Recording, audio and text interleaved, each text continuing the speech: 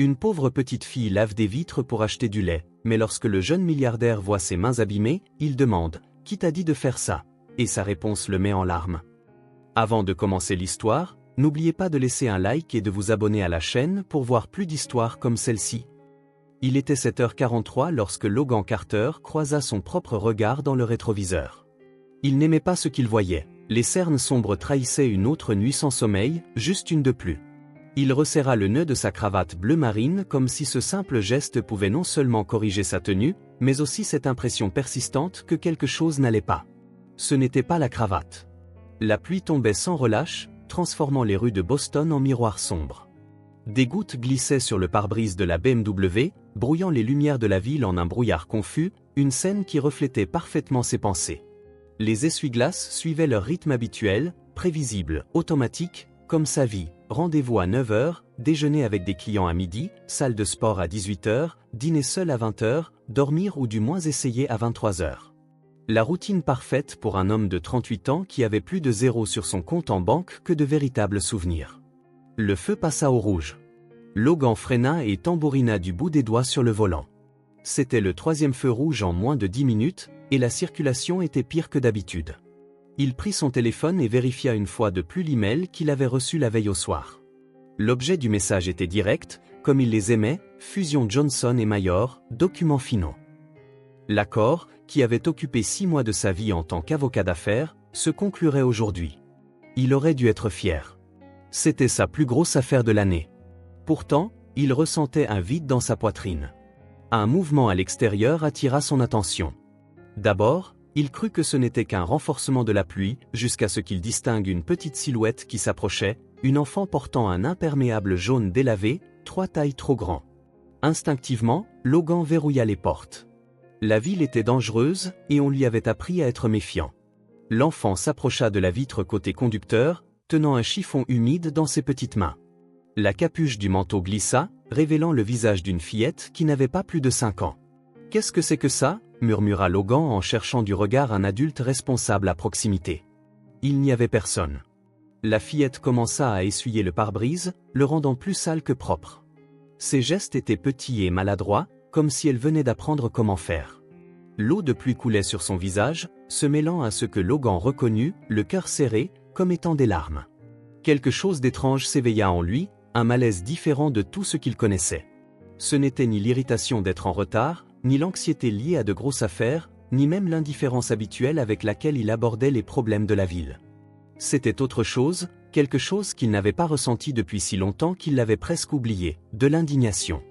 Il baissa la vitre de quelques centimètres, juste assez pour parler sans laisser entrer la pluie. Petite, l'appela-t-il, surpris par la douceur de sa propre voix. Elle s'arrêta, effrayée, comme un petit animal qui s'attend à recevoir un coup.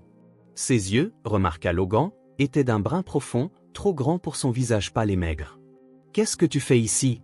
Où sont tes parents ?» La fillette serra le chiffon mouillé entre ses doigts, l'essorant nerveusement. « Je nettoie votre voiture, monsieur, » répondit-elle d'une voix si basse qu'il dut se pencher pour l'entendre. « Pour gagner de l'argent. » Logan ressentit un frisson qui n'avait rien à voir avec la pluie. « Comment t'appelles-tu? »« Ellie. »« Ellie, tu es toute seule ici? Où est ta maman ou ton papa? » Son regard se baissa. « Ma maman est allée au ciel. Je vis avec mon beau-père. » Le feu passa au vert et les voitures derrière lui commencèrent à klaxonner. Logan les ignora. Quelque chose dans la façon dont la fillette avait parlé l'empêchait de simplement lui tendre une pièce et de repartir. « Ton beau-père t'a dit de faire ça? Rester sous la pluie pour nettoyer des pare-brises ?» Elle secoua la tête, projetant des gouttes d'eau de ses cheveux mouillés. « Il a juste dit que je devais rapporter de l'argent à la maison. Sinon. » Elle ne termina pas sa phrase, mais son regard en disait long. L'estomac de Logan se contracta. Les coups de klaxon s'intensifièrent, mais il resta immobile. « Quel âge as-tu, Ellie ?»« 5. » 5 ans, seul sous la pluie, au milieu de la circulation d'une des avenues les plus fréquentées de la ville. 5 ans et déjà préoccupé de devoir rapporter de l'argent à la maison. À cet instant, Logan sut qu'il ne pouvait pas simplement s'en aller. La suite des événements fut si contraire à son caractère que plus tard, il se demanderait s'il avait vraiment été l'auteur de cette décision. « Monte dans la voiture, Ellie. Je vais te ramener chez toi. » Ses yeux s'agrandirent, méfiants. Je ne vais pas te faire de mal, la rassura Théil avec une douceur qu'il n'avait pas utilisée depuis des années. Je veux juste m'assurer que tu rentres saine et sauve, et je dois parler à ton beau-père. Après un moment d'hésitation, elle contourna la voiture et monta du côté passager, qu'il avait déverrouillé. L'odeur de vêtements humides et du désespoir envahit l'habitacle luxueux. Logan ôta sa veste de costume et la lui tendit. « Tiens, enveloppe-toi avec ça. » Tandis qu'il se dégageait de la circulation, Logan tenta d'organiser ses pensées. Que faisait-il donc en emmenant l'enfant d'un inconnu? C'était à l'encontre de tout ce qu'il jugeait sensé. Mais il y avait quelque chose dans le regard d'Ellie, quelque chose qui lui rappelait lui-même il y a longtemps. « Où habites-tu, Ellie ?»« Sur Parkman Street, répondit-elle, désormais un peu moins tendue. « Au numéro 43, appartement 2B. » Logan reconnut l'adresse. C'était dans la partie est de la ville, loin de son itinéraire habituel, un quartier connu pour son taux de criminalité élevé et sa pauvreté. Pendant le trajet, Ellie resta silencieuse, observant les gouttes de pluie glisser sur la vitre et suivant leur tracé de son petit doigt. Parfois, elle semblait perdue dans ses pensées. « Ellie, qu'est-ce qui se passe si tu ne rapportes pas d'argent à la maison ?» Elle ne répondit pas tout de suite. Lorsqu'elle parla enfin, sa voix fut encore plus basse. Roy se met en colère. Parfois, il casse des choses. Parfois, elle hésita. Parfois, il ne me laisse pas manger. Logan serra le volant si fort que ses jointures en devinrent blanches. L'indignation bouillonnait en lui, se transformant en une colère rare qu'il se permettait rarement. En 20 minutes, ils arrivèrent devant un immeuble usé de 3 étages, dont la peinture s'écaillait. Plusieurs ampoules du hall d'entrée étaient grillées. « C'est ici », indiqua Ellie, soudain anxieuse. « Allons-y », dit Logan, se garant devant l'immeuble. Ensemble, ils montèrent des escaliers qui sentaient le moisi et un désinfectant bon marché. Au 2e étage, Ellie s'arrêta devant une porte à la peinture écaillée et dont le numéro 2B ne tenait plus que par un seul clou. « C'est là que tu habites ?» demanda-t-il. Elle hocha la tête, se mordant la lèvre inférieure. « Tu as une clé ?»« Non, je dois frapper. » Logan frappa 3 coups. Rien. Il frappa de nouveau, plus fort.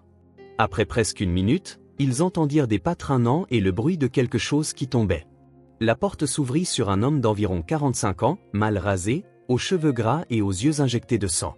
Il portait un t-shirt taché et un vieux pantalon de survêtement. L'odeur d'alcool était si forte que Logan recula d'un pas. « T'es qui, toi ?» demanda Roy, ignorant complètement Ellie. « Mon nom est Logan Carter. J'ai trouvé Ellie en train de nettoyer des pare-brises toute seule sur Boston Street, sous la pluie, seule. » Roy regarda Ellie comme s'il la remarquait seulement à présent. « Alors, t'as ramené quoi ?» lui demanda-t-il, sans se soucier de Logan. La fillette trembla, manifestement effrayée. « Rien, Roy. Je suis désolé. » L'homme fit un pas menaçant vers elle. Logan s'interposa instinctivement. « On peut parler ?» demanda Logan, la voix maîtrisée mais ferme. Roy cracha sur le sol. « C'est quoi ça, les services sociaux? Les flics? J'ai rien à dire, moi. Je ne suis qu'un citoyen inquiet pour une enfant de 5 ans qui mendie sous la pluie. »« Ce que je fais d'elle, c'est mon problème, » rétorqua Roy en croisant les bras. « Elle vit sous mon toit, elle mange ma bouffe, elle doit t'aider. » Logan prit une profonde inspiration, tentant de contenir sa colère. « Je comprends que les temps sont durs, mais il y a d'autres solutions, des programmes d'aide. »« Écoute-moi bien, le riche, » l'interrompit Roy, son haleine alcoolisée s'abattant sur Logan. « J'ai pas besoin de leçons de personne, surtout pas d'un costard qui connaît rien à ma vie. Elle doit t'aider, point final. Si elle ramène pas d'argent, elle mange pas, c'est aussi simple que ça. » Les mots frappèrent Logan comme un coup de poing. Le cynisme, la cruauté désinvolte. Il jeta un regard autour de lui et remarqua pour la première fois l'intérieur de l'appartement, des bouteilles vides jonchaient le sol, des restes de nourriture traînaient sur la table, des vêtements étaient éparpillés. Il n'y avait ni jouets ni livres d'enfants, rien qui indique qu'une fillette vivait ici, à l'exception d'un petit dessin coloré collé au mur, aussi incongru qu'une fleur dans un désert. Il vit Ellie se tasser contre le mur, serrant sa veste contre sa poitrine comme un bouclier, et il vit la peur dans ses yeux, une peur qu'aucun enfant ne devrait jamais éprouver.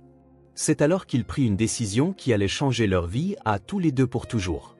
Cette petite ne passera pas une nuit de plus ici. Roy rit, un rire dur et sans joie. Et qui m'en empêchera? Toi? C'est moi qui ai la responsabilité légale, mon gars. Logan fit un pas en avant, se surprenant lui-même par sa détermination. Si tu es vraiment responsable d'elle, prouve-le. Montre-moi les papiers de garde, montre-moi qu'elle va à l'école, prouve-moi qu'elle est bien traitée. Roy hésita, et Logan comprit qu'il avait visé juste. Va te faire foutre, marmonna Roy en vacillant légèrement. Prends-la, si tu veux. Ça fait une bouche de moins à nourrir.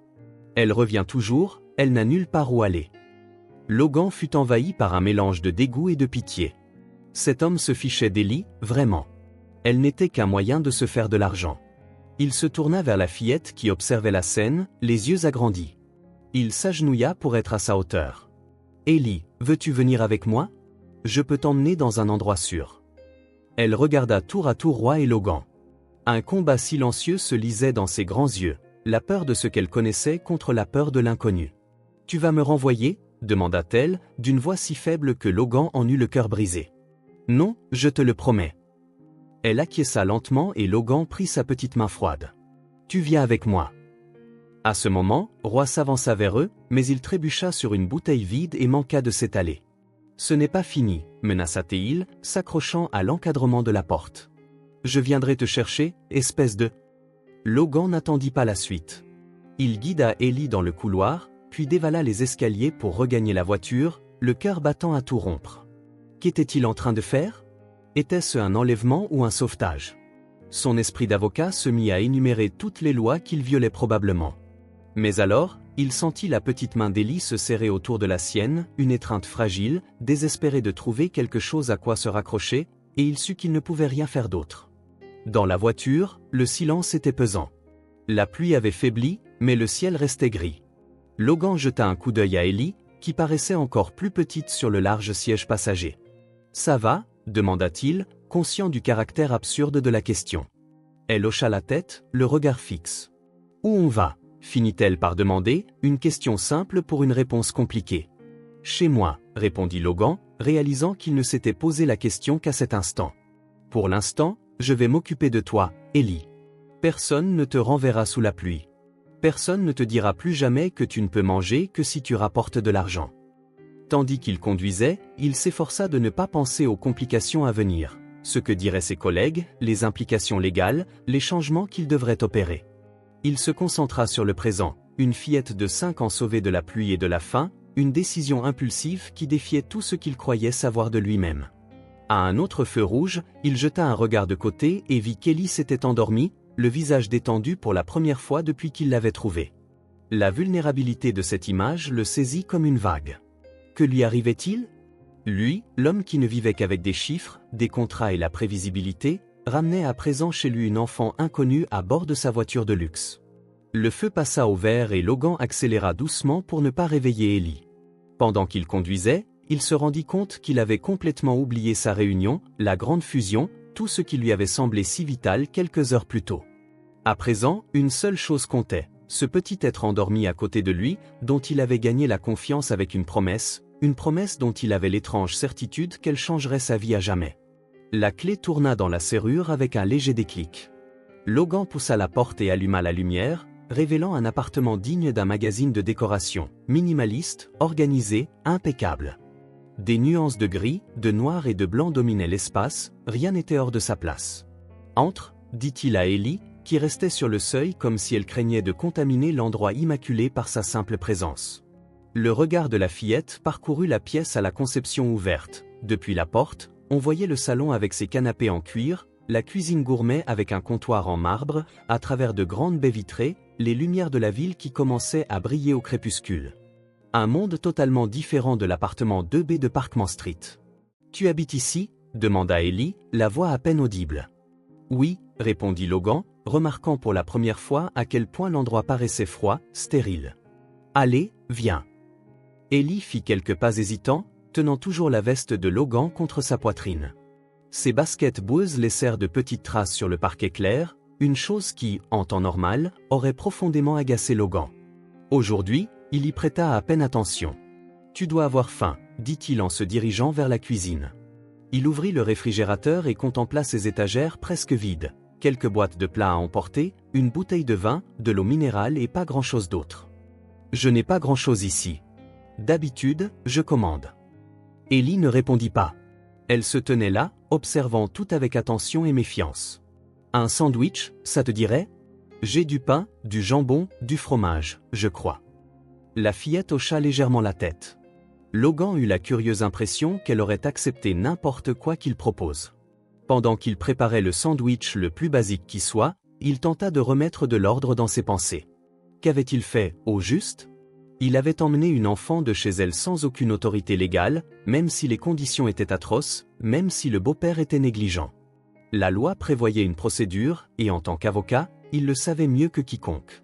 Mais ensuite, il avait regardé Ellie, debout comme une minuscule statue au milieu de son salon, et il avait su qu'il ne pouvait simplement pas la laisser dans cet environnement. « Tiens », dit-il en posant le sandwich sur une assiette et en ajoutant un verre de lait à côté. « Viens t'asseoir. » Elle s'approcha, grimpa sur le tabouret de la cuisine avec difficulté et fixa la nourriture comme si c'était quelque chose d'extraordinaire.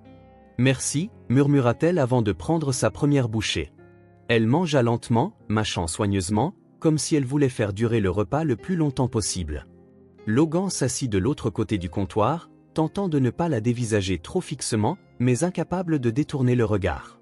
Il y avait quelque chose de fascinant dans la manière dont cet être minuscule occupait son espace, comme une note dissonante dans une symphonie parfaitement orchestrée, qui la rendait soudain plus intéressante. « Tu aimes le fromage ?» demanda-t-il, se sentant aussitôt ridicule de poser une question si banale. Ellie hocha la tête, prenant une gorgée de lait. Une petite moustache blanche se forma au-dessus de sa lèvre supérieure. « Roy n'achète jamais de fromage », fit-elle, surprenant Logan par cette remarque. « Il dit que ça coûte trop cher. » La mention du beau-père ramena Logan à la réalité de la situation. Que ferait cet homme en découvrant ce qui s'était passé? Appeler la police? C'était la réaction la plus probable. « Ellie », commença Logan en pesant ses mots, « tu comprends ce qui s'est passé aujourd'hui? Pourquoi je t'ai amené ici ?» Elle s'arrêta et le regarda de ses grands yeux sérieux. « Parce que Roy est méchant, » dit-elle simplement, « et que toi, tu es gentil. » La simplicité de sa réponse le déconcerta. Gentil? Il ne s'était jamais considéré comme particulièrement gentil. Compétent, oui, couronné de succès, certainement, mais gentil? C'était une qualité à laquelle il ne pensait presque jamais. « Je ne voulais pas te laisser là-bas », expliqua-t-il. « Aucun enfant ne devrait vivre comme ça. »« Je vais habiter ici, maintenant ?» demanda-t-elle, avec dans la voix une pointe d'espoir qui serra le cœur de Logan. « Pour l'instant, » répondit-il, parce qu'il ne savait pas quoi dire d'autre. Il ne pouvait pas faire de promesses dont il n'était pas sûr de pouvoir les tenir. Ellie se remit à manger, apparemment satisfaite de cette réponse vague. Après le goûter, la question du bain se posa. La salle de bain principale paraissait intimidante, avec sa grande baignoire et sa douche à effet pluie, alors Logan l'emmena dans la salle de bain d'amis. « Tu peux te laver toute seule ?» demanda-t-il, complètement hors de sa zone de confort. « Oui », répondit Ellie, mais elle hésita, regardant son vieux sac à dos qu'ils avaient ramené de l'appartement. « Je n'ai pas de vêtements propres. » Logan n'y avait pas pensé. « Tu peux porter un de mes t-shirts pour cette nuit. Demain, on t'achètera des vêtements. » Pendant qu'elle prenait son bain, porte légèrement entr'ouverte à la demande de Logan, inquiet qu'elle glisse ou se noie, il passa 3 coups de téléphone. D'abord à son bureau, en invoquant une urgence familiale pour justifier son absence, ensuite à un service de livraison, pour commander des courses de base, notamment des céréales, des fruits et d'autres produits qu'il imaginait convenir à une enfant, enfin à Rachel Monroe, une avocate en droit de la famille avec qui il avait travaillé il y a quelques années. Rachel décrocha au 3e appel. « Logan Carter », dit-elle, semblant surprise. « À quoi dois-je l'honneur, après tout ce temps ? » « Rachel, j'ai besoin d'un conseil, légal et discret. » Un silence. « Je t'écoute. » Hypothétiquement, si quelqu'un sauvait un enfant d'un environnement clairement abusif, quelles seraient les implications légales? Un silence plus long. « Logan, qu'est-ce que tu as fait ?» Il prit une grande inspiration. « Demain. On peut se voir demain ? C'est trop compliqué pour en parler au téléphone. » Ça a l'air sérieux ? Mon cabinet, 9h du matin. J'y serai. Merci, Rachel. Il raccrocha juste à temps pour entendre l'eau de la douche s'arrêter. Quelques minutes plus tard, Ellie sortit de la salle de bain, enveloppée dans une serviette bien trop grande pour sa petite silhouette, les cheveux mouillés collés à son visage. Logan lui tendit un t-shirt noir qui l'engloutit presque. Sans ses vêtements sales et avec la peau propre, on distinguait alors des ecchymoses sur ses bras, des marques jaunâtres à différents stades de guérison. En les voyant, Logan serra les dents. S'il avait eu le moindre doute sur sa décision, il s'évanouit à cet instant. « Tu as sommeil ?» demanda-t-il en vérifiant l'heure. Il était presque 21 heures, tard pour une fillette de 5 ans, supposait-il. Ellie acquiesça en se frottant les yeux. L'appartement comptait 2 chambres, la suite principale et un bureau. Aucune n'était équipée pour un enfant. « Tu peux dormir dans ma chambre ?» proposa-t-il. « Je dormirai sur le canapé. » Elle jeta un coup d'œil au canapé en cuir du salon. « Je peux dormir sur le canapé ?» demanda-t-elle. « Sur le canapé ? Mais le lit est plus confortable. » Ellie parut mal à l'aise. « Il est trop grand et trop sombre. » Logan comprit, une pièce inconnue, un lit inconnu, tout cela pouvait être effrayant. « D'accord, alors ce sera le canapé. » Il alla chercher un oreiller et des couvertures moelleuses, improvisant un petit lit sur le grand canapé modulaire. Ellie grimpa et s'installa, minuscule au milieu de tous ses draps. « Tu veux autre chose ? Un verre de lait, peut-être ?» À sa surprise, elle hocha la tête. « Du lait chaud ?» répéta-t-il en se dirigeant vers la cuisine. Pendant qu'il chauffait le lait au micro-ondes, il se rendit compte qu'il n'y connaissait rien en matière de soins pour enfants. Devait-il lui faire se brosser les dents ? Lui lire une histoire ? Laisser une lumière allumée ? Il revint avec le lait chaud dans une grande tasse et la trouva en train de regarder par la fenêtre, observant les lumières de la ville. Lorsqu'elle le remarqua, elle retourna rapidement sur le canapé. « Tiens !» Elle prit la tasse à 2 mains, soufflant sur la surface avant de prendre une petite gorgée. « Merci », dit-elle doucement. Logan s'assit sur le bord du canapé, se sentant étrangement étranger dans sa propre maison. « Ellie », commença-t-il, ne sachant pas comment aborder le sujet, « demain, je vais parler à une amie avocate. Elle va nous aider. »« Tu vas me renvoyer ?» l'interrompit Ellie, les yeux soudain inquiets. « Non », la rassura Logan immédiatement. « Je te l'ai promis, tu te souviens ? Mais on doit faire les choses correctement pour que personne ne puisse te reprendre. » Elle sembla accepter l'explication, bien qu'une ombre d'inquiétude subsistât dans son regard. Elle continua de siroter son lait à petites gorgées. « Tu sais, » reprit Logan pour la distraire, « je n'ai jamais eu personne qui dorme sur ce canapé. Tu es ma première invitée depuis très longtemps. »« Tu n'as pas d'amis ?» demanda Ellie, avec la franchise typique des enfants, le prenant au dépourvu. Logan esquissa un léger sourire. « J'ai des collègues, mais ce n'est pas vraiment la même chose. »« Moi, je n'avais pas d'amis dans mon école, » commenta-t-elle en regardant son lait. « Les autres enfants disaient que je sentais mauvais. » La simplicité de cette affirmation brisa le cœur de Logan. « Dans quelle école allais-tu ? » J'étais à la maternelle Sunnybrook, mais Roy disait que c'était trop cher, même si c'était public. Il n'aimait pas se lever tôt pour m'y emmener. Logan se promit mentalement de se renseigner sur cette école le lendemain. Si elle n'était pas inscrite quelque part, cela pourrait compliquer les choses. Ellie termina son lait et tendit la tasse à Logan, les yeux lourds de sommeil. « Il est temps de dormir », dit-il en ajustant les couvertures autour d'elle. Hésitant, il ajouta. « Si tu as besoin de quoi que ce soit pendant la nuit, appelle-moi.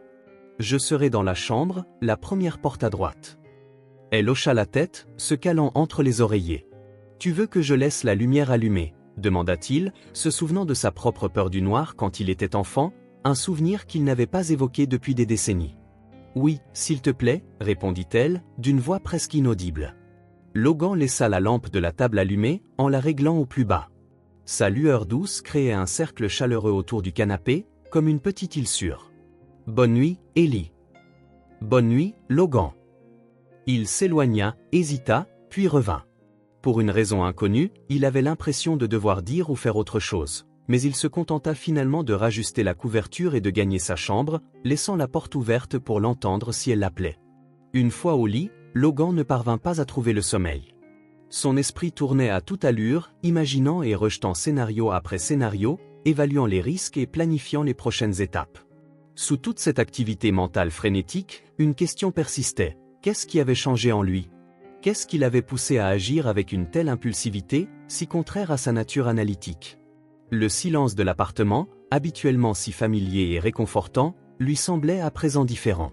C'était un silence habité, empli de la présence respirante d'un autre être humain, un être si petit et pourtant si transformateur. Un peu plus tard, alors qu'il commençait enfin à somnoler, il entendit un léger bruit. Il se leva immédiatement et se rendit au salon. Ellie était assise sur le canapé, les genoux remontés, les yeux grands ouverts dans la pénombre. « Ça va ?» demanda-t-il en s'approchant prudemment pour ne pas l'effrayer. Elle secoua la tête. J'ai fait un mauvais rêve. Logan s'assit à côté d'elle, ne sachant que faire. Après un instant d'hésitation, il posa doucement une main sur son épaule. Tu veux en parler? Ellie le regarda, semblant évaluer s'il était digne de confiance. C'était à propos de ma maman, finit-elle par dire. J'ai rêvé qu'elle m'appelait, mais je ne la trouvais pas. Un flot de compassion envahit Logan. Tu t'ennuies beaucoup d'elle, n'est-ce pas? Elle acquiesça, les yeux brillants de larmes retenues. Comment était ta maman? Un léger sourire apparut sur le visage d'Ellie, aussi fragile que le premier rayon de soleil après une tempête. Elle était belle. Elle me chantait des chansons avant de dormir. Elle me faisait des tresses. L'emploi du passé n'échappa pas à Logan. Il voulut en savoir plus, comment sa mère était morte, comment elle s'était retrouvée avec ce beau-père abject, mais il ne voulait pas la brusquer. Elle avait l'air merveilleuse, dit-il doucement. Elle est au ciel, maintenant, répondit Ellie avec la conviction simple d'un enfant. C'est ce que l'infirmière m'a dit, qu'elle est partie au paradis et qu'elle veille sur moi de là-haut. Une infirmière? Demanda Logan, ne pouvant s'en empêcher. De l'hôpital, expliqua Ellie comme si c'était évident. Maman est restée longtemps à l'hôpital. Elle était toujours fatiguée et très maigre, on voyait ses os. Cancer, pensa aussitôt Logan, ou une autre maladie dégénérative. Et après qu'elle soit partie au ciel, tu es resté avec Roy? Ellie hocha la tête. C'était le petit ami de maman, mais il ne m'aime pas beaucoup. Il est resté avec moi parce que maman le lui avait demandé. C'était quand, ça? Tu t'en souviens? Elle fronça les sourcils, concentrée. C'était en hiver. Il y avait de la neige, beaucoup de neige. Il y a quelques mois, alors, calcula mentalement Logan, se rappelant les dernières grosses chutes de neige en janvier.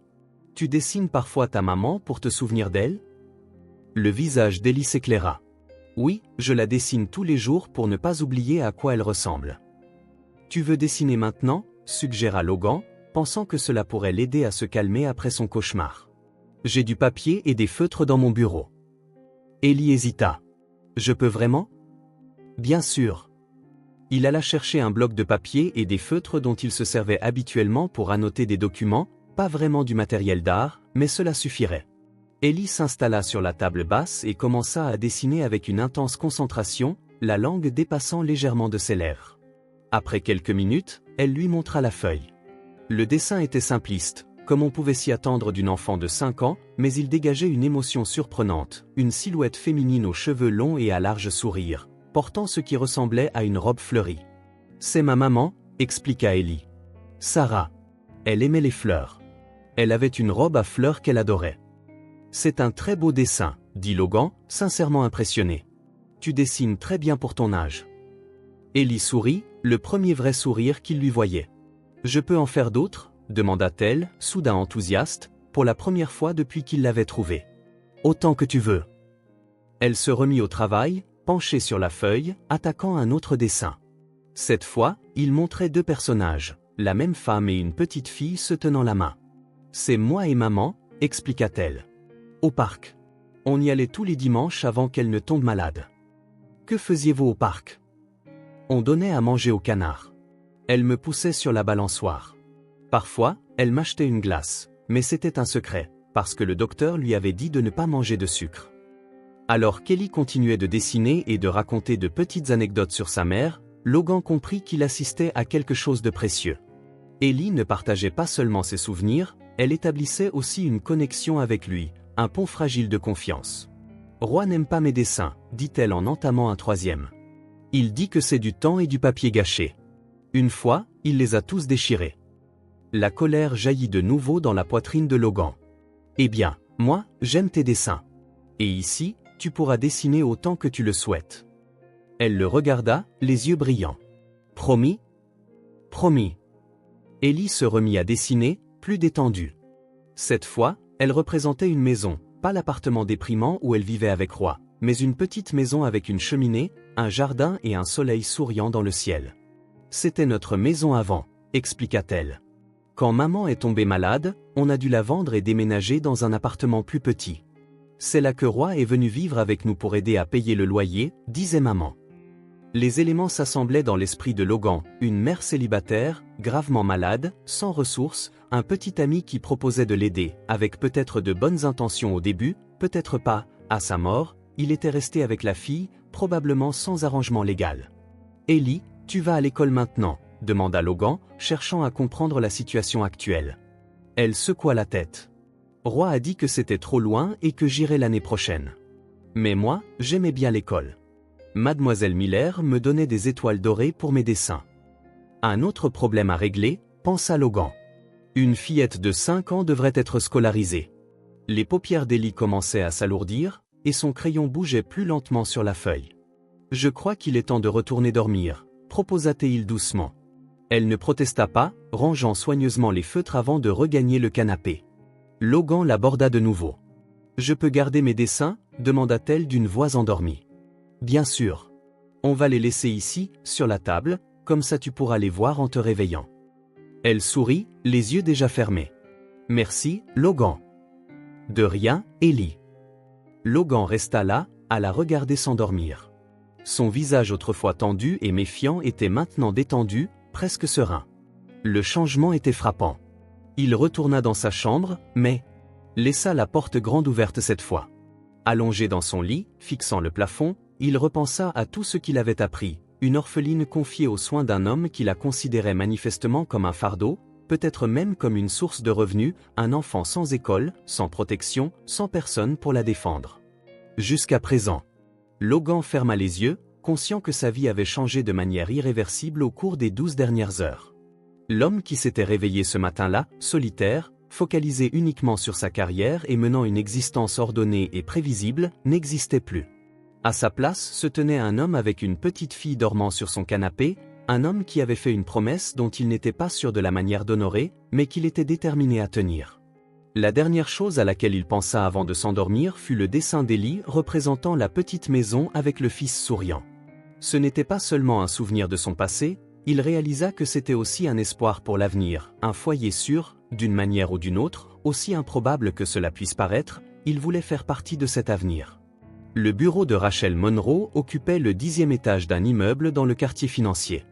Contrairement au style froid et corporatif qui dominait la plupart des cabinets d'avocats de la ville, ce bureau dégageait une atmosphère accueillante. De vraies plantes dans les coins, des tableaux colorés sur les murs et une réceptionniste souriante de manière authentique.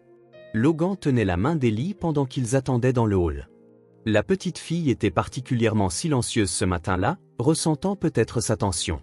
Elle portait de nouveaux vêtements, une simple tenue qu'il avait achetée dès l'ouverture du grand magasin le plus proche. Rien de fancy, juste l'essentiel, pour qu'elle n'ait pas apporté les mêmes vêtements que la veille.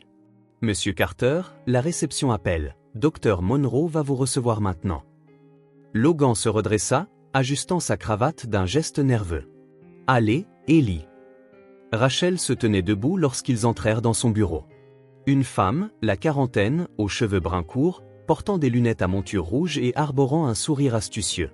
Son regard évalua rapidement Logan avant de se poser sur Ellie avec un intérêt professionnel. « Logan, » dit-elle en tendant la main, cela faisait un moment. Puis, se penchant légèrement pour atteindre le niveau des yeux d'Ellie, elle ajouta « Et toi, tu dois être Ellie. Très heureuse de te rencontrer. » Ellie se cacha partiellement derrière la jambe de Logan, saluant timidement d'un signe de la main. « Veuillez prendre place, » dit Rachel en désignant les chaises. « Logan, je dois dire que je suis curieuse. Lorsque vous avez appelé hier, j'imaginais bien des scénarios, mais aucun d'eux n'impliquait que vous vous présentiez avec une enfant. » Logan prit une profonde inspiration et commença à raconter tout, depuis le moment où il avait vu Ellie nettoyer des pare-brises sous la pluie, jusqu'à la confrontation avec Roy et la décision impulsive de l'emmener avec lui. Rachel écoutait sans interrompre, prenant parfois des notes, son visage affichant une expression neutre et professionnelle. « Et hier soir, elle m'a parlé de sa mère, » conclut Sarah. « Elle est décédée récemment, apparemment d'une maladie grave, Roy n'était qu'un petit ami, pas le père biologique, et d'après ce que j'ai compris, Ellie n'est même pas scolarisée pour le moment. » Rachel hocha la tête, déposant son stylo sur le bloc-notes. Elle regarda Ellie, qui feuilletait un magazine posé sur la table basse. « Chérie, cela te dérangerait d'attendre dehors avec Denise, notre réceptionniste ? Elle a quelques livres pour enfants et peut-être quelques crayons de couleur pour que tu puisses dessiner. J'ai besoin de parler avec Monsieur Logan de choses d'adultes. » La petite fille regarda Logan pour chercher son approbation. Celui-ci hocha la tête d'un air encourageant. « Ça va, je serai juste ici et je pourrai te voir à travers la porte vitrée. Ellie acquiesça silencieusement et quitta le bureau. Rachel attendit que la porte se referme avant de reprendre. « Logan, dit-elle d'un ton sérieux, je vais être direct. Ce que vous avez fait est techniquement un enlèvement. » Logan sentit son estomac se nouer, bien qu'il s'y attendît. « Je sais que vos intentions étaient bonnes, » poursuivit-elle, et d'après ce que vous m'avez décrit, la situation de la fillette était précaire, possiblement abusive, mais il existe des procédures légales pour ces cas. Vous auriez dû contacter les services de protection de l'enfance. Et qu'aurait-il fait ? Logan demanda, la frustration montant dans la voix. L'aurait-il placé dans un refuge ou, pire, l'aurait-il renvoyé chez Roy pendant qu'ils enquêtaient ? Vous savez comment fonctionne le système, Rachel, il est lent et défectueux. Rachel soupira, enlevant ses lunettes et se frottant le pont du nez. Oui, le système est imparfait, mais nous sommes maintenant dans une position délicate. Si cet homme, Roy, décide de signaler la disparition d'Ellie, vous serez le principal suspect. Après tout, vous êtes allé chez lui et êtes reparti avec la fillette. Logan sentit un frisson parcourir son dos. Il aurait presque dit qu'il s'en fichait, une bouche de moins à nourrir, ce qui pourrait jouer en notre faveur, mais cela n'annule pas le problème légal. Rachel remit ses lunettes. Logan, je vais vous poser des questions difficiles. Êtes-vous prêt à affronter ce qui vous attend ? Parce que ça ne sera pas facile. Il hocha fermement la tête. Si nous déposons une demande de garde temporaire en votre nom, ce sera une bataille. Il y aura des enquêtes, des travailleurs sociaux, des audiences. Toute votre vie sera bouleversée, vos antécédents, vos finances, votre domicile, tout sera examiné. Je suis au courant. Avez-vous de l'expérience avec les enfants ? Des nièces, des filleuls ? Logan hésita. Non. Je suis enfant unique et mes quelques amis proches n'ont pas d'enfants. Rachel l'observa un instant. Pourquoi faites-vous cela, Logan ? Vraiment ? Nous nous connaissons assez pour être honnêtes. La question le surprit, non pas parce qu'il manquait d'une réponse, mais parce qu'il ne savait pas comment l'articuler. Je ne peux pas l'expliquer complètement, commença-t-il en cherchant les mots justes, quand je l'ai vue sous la pluie, si petite et vulnérable. Quelque chose a changé en moi. Ensuite, en voyant comment elle vivait, comment cet homme la traitait. Il secoua la tête, frustré de son incapacité à exprimer ses sentiments. Elle ne mérite pas cela, ajouta-t-il. Personne ne le mérite, surtout pas un enfant. Et si je peux faire quelque chose, je dois le faire. C'est la bonne chose à faire, répondit Rachel. Elle l'observa en silence quelques secondes, comme pour jauger sa sincérité. Eh bien, finit-elle par dire, au moins, votre motivation semble sincère. Mais vous devez comprendre que les autorités ne se soucieront pas de vos sentiments, elles voudront savoir si vous pouvez prendre soin d'un enfant. Vous avez une stabilité financière, ce n'est pas un problème, mais avez-vous le temps, la volonté, la patience ? Les enfants ont besoin de bien plus que d'argent et de bonnes intentions. Je sais, et je suis prêt à apprendre, à m'adapter. J'ai déjà commencé à le faire, en fait, répondit Logan. Rachel esquissa un léger sourire. Je l'ai remarqué. Jamais je n'aurais imaginé vous voir tenir la main d'un enfant, encore moins acheter des vêtements pour enfants. Logan jeta un coup d'œil à travers la porte vitrée. Ellie se trouvait dans la salle de réception, dessinant quelque chose avec une concentration intense. Et en ce qui concerne les questions juridiques immédiates, demanda-t-il en se tournant vers Rachel. Que faisons-nous ensuite ?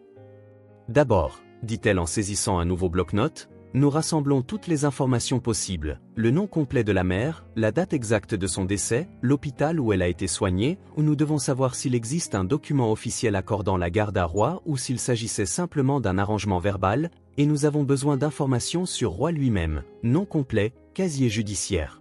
S'il détient un quelconque droit légal sur la fillette. Logan hocha la tête en tentant de se remémorer ce qu'Ellie avait mentionné. Deuxièmement, continua Rachel, nous déposons une requête pour une garde temporaire d'urgence, en invoquant le risque. Cela vous donnera une assise juridique pendant que nous poursuivons l'enquête. Pour cela, nous devons documenter les conditions dans lesquelles elle vivait et tous les signes d'abus ou de négligence. Elle a des ecchymoses. Logan se souvint des marques sur ses bras. Nous devons faire examiner ses blessures par un médecin pour en obtenir un compte-rendu officiel. Je connais quelques experts en affaires de garde, je vais prendre rendez-vous dès aujourd'hui, si possible. Rachel prit quelques autres notes. Et nous devons faire évaluer Ellie par un psychologue pour enfants. Cela aidera à établir son état émotionnel et à corroborer tout récit d'abus. La liste des tâches s'allongeait et Logan se sentit à la fois dépassé et soulagé d'avoir enfin un plan concret.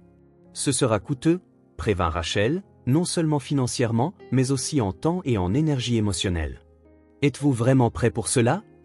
Logan regarda Ellie à travers la porte vitrée, absorbé par son dessin, sans se douter de la tempête juridique qui se préparait autour d'elle. Il répondit avec une certitude qu'il ne savait même pas posséder jusqu'à ce moment, « Je le suis. » Très bien, dit Rachel en souriant plus chaleureusement, parce que j'aurai besoin d'un client totalement engagé pour remporter cette bataille. Elle se leva, signifiant que la consultation était terminée. Je vais entamer les procédures juridiques dès aujourd'hui. En attendant, restez discret, gardez Ellie à la maison, ne l'emmenez pas dans des lieux publics inutilement. Nous ne voulons pas attirer l'attention tant que nous n'avons pas au moins une garde temporaire enregistrée. Logan hocha la tête, partagé entre l'anxiété et la détermination. Logan, ajouta Rachel avant d'ouvrir la porte, vous faites quelque chose d'extraordinaire. Beaucoup de gens verraient un problème et passeraient leur chemin, mais vous avez décidé de vous arrêter et de faire la différence. Cela en dit long sur vous. Il ne savait comment répondre, peu habitué à de tels compliments. Merci de m'aider, finit-il par dire. C'est pour cela que je suis là, répondit-elle. Maintenant, allons chercher votre petit artiste. Le trajet de retour à la maison fut silencieux. Ellie regardait par la fenêtre en serrant un livre pour enfants que Rachel lui avait donné. Logan essayait d'assimiler tout ce dont il avait discuté avec Rachel, organisant mentalement les étapes à venir. La petite voix d'Ellie brisa le silence. « Oui, on va où maintenant ?» Il y avait quelque chose dans la simplicité de la question qui toucha profondément Logan. Ce n'était pas seulement une question de destination immédiate, c'était une question de son avenir, de ce qui deviendrait son foyer. « Mon chez-moi, notre chez-nous pour l'instant », répondit-il. Ellie hocha la tête, apparemment satisfaite de la réponse, puis demanda « Et si Roy vient me chercher ?» Logan serra le volant d'un geste plus ferme. « Il ne le fera pas, Ellie. Je ne le laisserai pas. C'est pour ça que nous avons parlé à Rachel. Elle nous aidera à nous assurer que tu restes avec moi, pour aussi longtemps que tu le voudras. » La question déstabilisa Logan. Pour combien de temps? N'ayant pas pensé aussi loin, il se contenta de répondre « Pour aussi longtemps que tu le souhaites. » Surpris par ses propres mots, les yeux d'Ellie s'écarquillèrent légèrement. « Je peux choisir ?» Oui, réalisa-t-il, se sentant de plus en plus engagé dans cette situation qu'il n'aurait jamais imaginée. Tu peux choisir. Ellie resta silencieuse un moment, réfléchissant, avant de dire « Je veux rester avec toi. Tu es gentil et tu as du lait. » Logan ne put s'empêcher de sourire. La logique directe et simple d'un enfant où la gentillesse et le lait suffisaient pour gagner sa confiance. « Alors c'est décidé, dit-il, tu restes avec moi et je reste avec toi. » Une fois arrivé à l'appartement, Logan réalisa qu'il devait faire quelques ajustements. Le logement, conçu pour un célibataire sans enfant, manquait de tout ce qu'un enfant trouverait accueillant ou amusant. « Ellie, appela-t-il en préparant un sandwich pour le déjeuner, que dirais-tu d'aller faire du shopping plus tard? Nous pourrions acheter quelques affaires pour agrémenter ton coin sur le canapé et peut-être quelques jouets. » Le visage d'Ellie s'illumina. « De vrais jouets? De vrais jouets? Qu'est-ce que tu aimerais ?» demanda-t-elle, comme si c'était une question d'une grande complexité. « Une poupée avec des cheveux que tu peux brosser, » dit-elle en hésitant, incertaine de pouvoir en demander davantage, peut-être des crayons de couleur, plein de couleurs. « Ça me semble parfait, » acquiesça Logan en posant une assiette devant elle. « Nous achèterons tout cela et plus encore, tout ce que tu voudras. » Pendant qu'Ellie mangeait, Logan l'observait avec un mélange d'admiration et d'inquiétude. En moins de 24 heures, elle était passée d'une enfant effrayée, frottant des pare-brises sous la pluie, à quelqu'un qui commençait timidement à exprimer des désirs et des préférences. C'était une transformation subtile mais significative, et lui-même changeait aussi. Le Logan d'il y a 2 jours n'aurait jamais imaginé acheter des poupées et des crayons de couleur ou se battre pour la garde d'un enfant qu'il connaissait à peine. Jamais il n'aurait envisagé de transformer son appartement immaculé en un espace adapté aux enfants, mais le voilà, planifiant déjà où mettre un petit bureau pour ses dessins, quel type de lit acheter quand le canapé ne suffirait plus, quelles écoles de la région seraient les meilleures. C'est fait, annonça Ellie en montrant son assiette vide. Parfait, dit Logan en revenant au présent. Préparons-nous à y aller. Nous devons également passer chez un médecin, comme l'a suggéré Rachel. Je n'aime pas les médecins, ils font mal à ma maman, fronça Ellie. Logan sentit son cœur se serrer. Ce n'est pas un médecin ordinaire, dit-il doucement. Il veut simplement s'assurer que tu vas bien. Ça ne fera pas mal, je te le promets. Elle ne semblait pas entièrement convaincue, mais acquiesça de toute façon. Et après, on ira acheter ta poupée, confirma-t-il. Logan réalisa qu'il souriait de nouveau, quelque chose qu'il n'avait pas fait autant ces dernières 24 heures qu'au cours des derniers mois, un sourire sincère, pas ce sourire professionnel qu'il arborait lors des réunions d'affaires. En aidant Ellie à nouer ses nouvelles chaussures, il ressentit une vague d'émotions mêlant responsabilité et affection. Il commençait à éprouver de profonds sentiments pour cette petite personne qui était entrée dans sa vie de manière si inattendue, et cela le terrifiait plus que n'importe quelle bataille juridique. Ce matin-là, la pluie était revenue à Boston. Roy Baker déambulait en titubant dans le couloir crasseux de son immeuble jusqu'à atteindre la porte de son appartement. La journée avait été peu productive, des petits boulots ici et là, rien qu'on ne puisse qualifier de véritable travail. Il tâtonna pour trouver ses clés dans les poches de sa veste usée, les laissant tomber 2 fois avant de finalement ouvrir la porte. L'appartement semblait encore plus vide et en désordre sans Ellie. Pas qu'il regrettât l'enfant, elle n'était qu'un problème, un rappel constant de Sarah et des promesses qu'il n'avait jamais eu l'intention de tenir. Mais l'enfant avait ses utilités, elle faisait des tâches ménagères de base, plus important encore, rapportait un peu d'argent en nettoyant des pare-brises ou en quémandant dans la rue. Roy s'affala sur son canapé déchiré, ouvrit une bière tiède. 3 jours s'étaient écoulés depuis que cet homme en costume avait emmené Ellie. Au début, Roy s'était senti soulagé, une bouche en moins à nourrir, mais maintenant, l'extra d'argent lui manquait. Son regard tomba sur quelques vieux magazines éparpillés sur le sol. Il les feuilleta distraitement, plus par ennui que par intérêt, jusqu'à ce qu'une photo attire son attention. C'était la couverture d'un magazine économique d'il y a quelques mois auquel Sarah était abonnée. Sur la couverture, un homme en costume sombre, au regard sévère, fixait directement l'objectif. Le titre proclamait « Les 40 avocats les plus influents de moins de 40 ans où Logan Carter révolutionne les fusions et acquisitions ». Roy s'étouffa avec sa bière. L'homme en costume, l'homme qui avait emmené Ellie, c'était lui. Aucun doute possible, ce visage était inoubliable, des yeux rigides et déterminés qui semblaient percer les gens. Logan Carter, un avocat, un riche apparemment. Un sourire en coin apparut sur le visage de Roy. Peut-être la situation n'était-elle pas si mauvaise après tout. Peut-être y avait-il une opportunité ici, un avocat fortuné qui, pour une raison quelconque, avait décidé de prendre une enfant qui n'était pas la sienne. Cela ne semblait pas très légal. Peut-être pourrait-il en tirer de l'argent. Roy attrapa son téléphone et fit une recherche rapide. Logan Carter était bel et bien un partenaire important dans un grand cabinet spécialisé en droit des affaires, un nom respecté dans la communauté juridique de la ville, valant des millions. Le sourire de Roy s'élargit. Terminant sa bière d'un trait, il attrapa son manteau. Il y avait un poste de police à quelques pâtés de maison. Il était temps d'aller y jeter un œil. Le commissariat du 12 arrondissement n'était pas l'endroit le plus accueillant du monde, mais il remplissait sa fonction. Roy s'approcha du comptoir d'accueil, se forçant à paraître plus sobre qu'il ne l'était réellement. « J'ai besoin de déposer une plainte », déclara-t-il à l'officier de service, une femme d'âge moyen affichant une expression d'ennui. « Quel type de plainte, monsieur ?» Roy se racla la gorge, répétant mentalement son récit. « Ma belle-fille a été emmenée par un homme sans mon autorisation. Je veux signaler un enlèvement. » Le mot « enlèvement » eut l'effet escompté. L'officier se redressa immédiatement et fit venir un détective qui se trouvait à proximité. Roy fut conduit dans une petite pièce où il commença à narrer son histoire.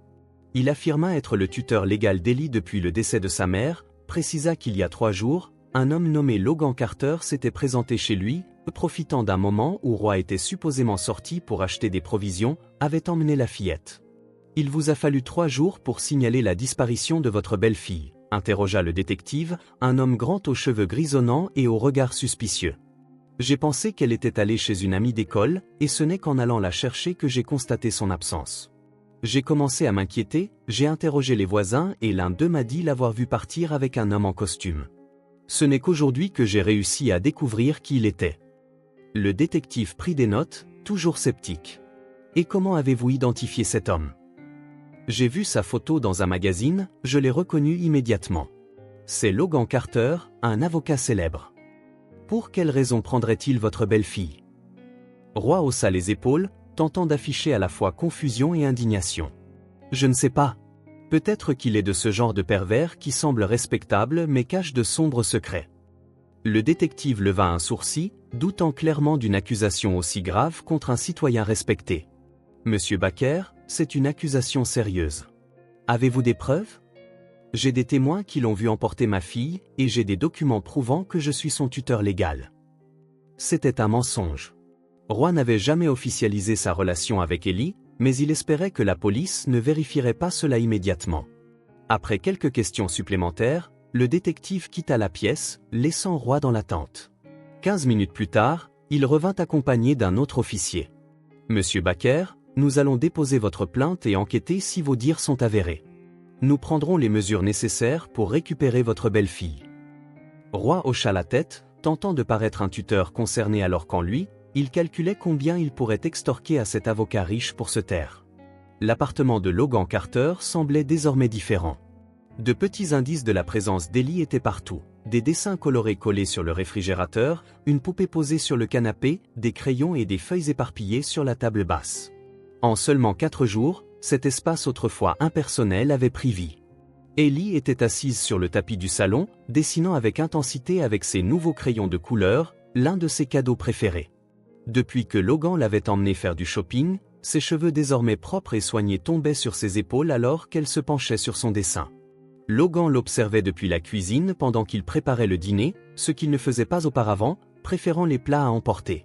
Pourtant, il trouvait désormais une étrange satisfaction à cuisiner pour Ellie, à la voir goûter de nouvelles saveurs et discuter de sa journée. Alors qu'ils mangeaient ensemble, le téléphone sonna, interrompant ses pensées. C'était Rachel. « Logan, nous avons un problème, dit-elle sans préambule. Roy avait déposé une plainte contre vous, déclara-t-elle. Logan sentit son sang se glacer.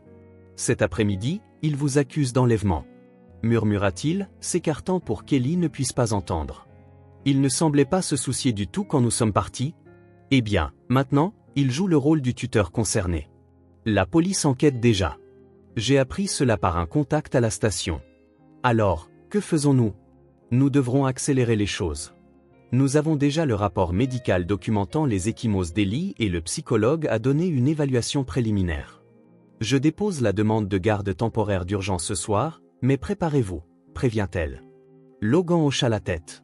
Il était fort probable qu'il recevrait la visite de la police dans les prochaines heures. Après avoir raccroché, il regarda Ellie, absorbée dans son dessin, inconsciente de la tempête juridique qui se préparait autour d'elle. La peur de la perdre, de la voir replongée dans cet environnement toxique, était presque paralysante. Moins d'une heure plus tard, la sonnette retentit. Logan prit une profonde inspiration, essayant de rester calme. À travers la fenêtre, il aperçut 2 policiers en uniforme qui attendaient. « Ellie » appela-t-il doucement, « quelques policiers sont là pour me parler. N'aie pas peur, d'accord? Ce n'est qu'une conversation. » La petite fille laissa tomber son crayon, les yeux écarquillés de peur. « Ils vont me renvoyer chez Roy? » « Non, » promit Logan, essayant de paraître plus confiant qu'il ne l'était réellement. « Ils veulent juste poser quelques questions. Je serai là avec toi. » Il ouvrit la porte, gardant une expression sereine malgré son cœur battant la chamade. « Monsieur Logan Carter » demanda le premier officier. « Oui, c'est moi » répondit Logan calmement. Le détective Rodriguez et l'officier Thompson prirent la parole. « Nous aimerions vous interroger au sujet d'une plainte que nous avons reçue. » Logan hocha la tête en les invitant à entrer. « Je suis au courant de la situation, merci de venir. » Les officiers pénétrèrent immédiatement, remarquant Ellie qui se recroquevillait contre le canapé en serrant sa poupée. « Est-ce Ellie Baker » demanda discrètement le détective en désignant la fillette. « Non » corrigea Logan. « Simon c'est son nom de famille, celui de son beau-père, pas le sien. » Le détective prit note. « Monsieur Carter, nous avons un rapport indiquant que vous avez enlevé la mineure Ellie de son tuteur légal, Roy Baker, sans autorisation. » « Je comprends » répondit calmement Logan. « Mais il y a une suite à cette histoire. Roy Baker n'est pas le tuteur légal d'Ellie, il était simplement le petit ami de sa mère, Sarah. Sarah est décédée récemment et aucun document officiel ne lui confère des droits sur Ellie. » Le détective sembla quelque peu surpris. « Monsieur Baker affirme être le tuteur légal? » « Il ment » déclara simplement Logan. « Je peux le prouver. Mon avocate, Rachel Monroe, prépare les documents nécessaires. Mais, plus important encore, le bien-être d'Ellie est en jeu. Je l'ai trouvée sous la pluie, seule, à 5 ans. Je l'ai ramenée chez moi après avoir constaté les conditions de vie dans lesquelles elle se trouvait. Elle présente des ecchymoses sur tout le corps, elle n'est pas scolarisée et a été forcée de quémander dans la rue. Pendant ce temps, Logan remarqua que le regard de l'officier plus jeune se portait sans cesse sur Ellie, inquiet. Nous avons un rapport médical attestant des signes de négligence et d'un possible abus, poursuivit-il, et un rapport préliminaire d'un psychologue pour enfants. Je cherche à protéger cet enfant, pas à enfreindre la loi. Le détective répliqua. Monsieur Carter, la procédure correcte aurait été d'appeler les services de protection de l'enfance, pas de prendre les choses en main. Je le sais, et c'était une erreur, admit-il. Mais c'était une décision prise sur le vif en voyant une enfant en danger. La sonnette retentit de nouveau. Logan ouvrit la porte et fut soulagé d'y voir Rachel. Détective Rodriguez, je suis Rachel Monroe, avocate de Monsieur Carter, déclara-t-elle en entrant, un dossier à la main. J'ai ici des documents prouvant que Roy Baker n'a aucun droit sur Ellie, ainsi que les rapports médicaux et psychologiques indiquant qu'elle était en danger. Le détective examina les documents longuement, l'atmosphère devenant de plus en plus tendue. Finalement, il déclara, « Nous avons toujours une situation irrégulière. Vous ne pouvez pas simplement enlever un enfant, même avec de bonnes intentions. » Nous en sommes conscients, intervint Rachel, c'est pourquoi nous avons déjà déposé une demande de garde temporaire d'urgence.